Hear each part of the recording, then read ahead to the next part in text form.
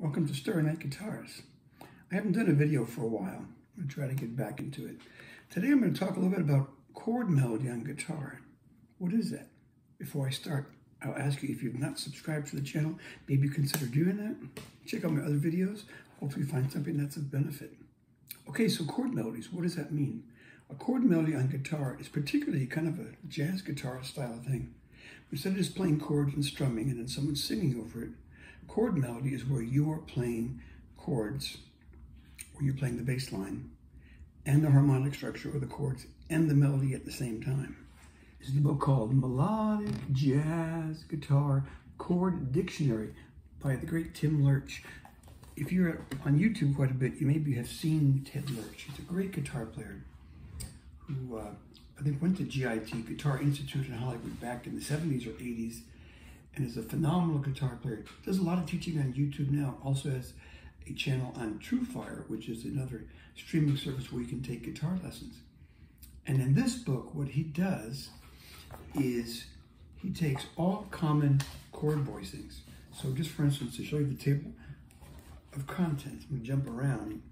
He talks about voicings for major chords, minor 7-flat-5 chords, dominant chords, altered dominant chords, diminished chords. And then what he does with each of these, if I back up a bit, I said when you do a chord melody, you want to put the top note of your chord, or the highest note would be the melody. And the problem is some people know, see, I know how to play an A bar chord, but if I want to voice the C sharp in that chord as the highest note, maybe I don't know that shape, I don't know that voicing. Or if I want to do, the 13th of that chord, I don't know how to do it. He addresses all that in this book. So for instance, just for major chords, he has a voicing where the root is the top note. Several examples. Or maybe the second or the 9th degree is the top, or the 3rd is the top, or the sharp 4th or sharp 11, 5th, 6th or 13th, 7th. He does that for each of these chord forms, and he has them all written out like this, like the grids, if you can see that. Now, he studied, I think in the 70s, with the great Ted Green.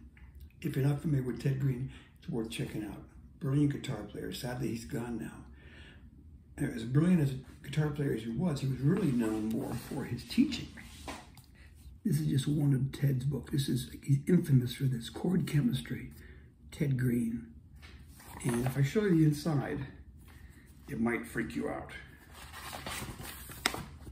Just example after example of how to play all these different chords in different shapes all over the neck. Now, this is a great resource. Problem is, it's really intimidating. Some people look at that, it's just so overwhelming, too much information. So my point would be, this guy,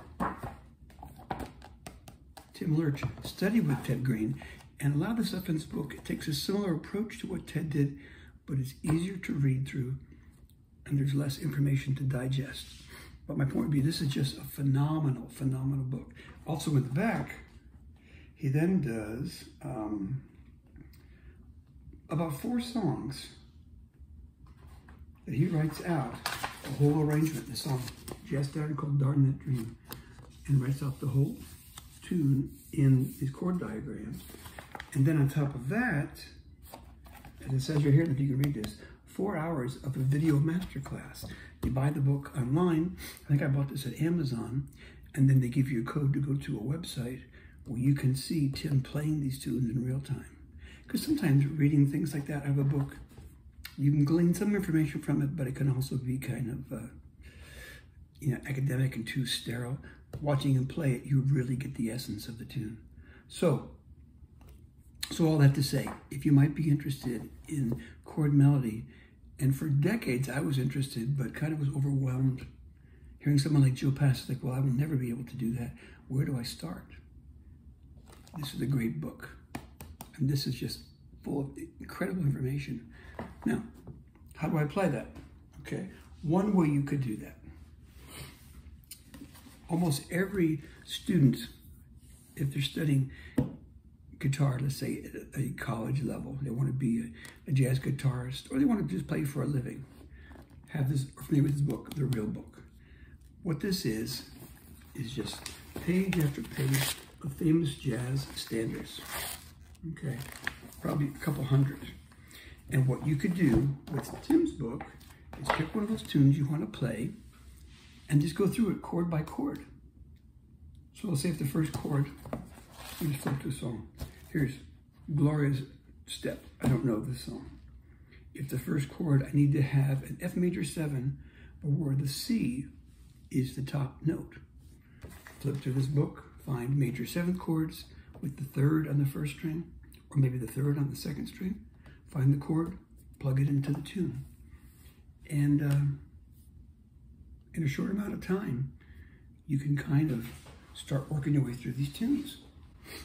Now, my application is, I live in Southern Arizona. I've been there less than 2 years. I don't know a lot of musicians. And most of the people I meet are either into rock or into country, neither of which I'm really interested in. So I'm playing by myself. I play at a local coffee shop, a couple restaurants, different things. So I'm just doing solo guitar. Play very often with a looper pedal, which is like having an accompaniment, but I'm really fascinated with doing this chord melody stuff. So I'm kind of slowly building a library of tunes that I can play, and this book has been a really tremendous resource. So it's worth checking out. And also Tim's channel on TrueFire, really great guitar player, very clear instruction, and I would really recommend that. So again, if you enjoyed this, please consider subscribing to my channel. Check out the other content that's out there, and keep making music. Have fun, enjoy the journey. God bless.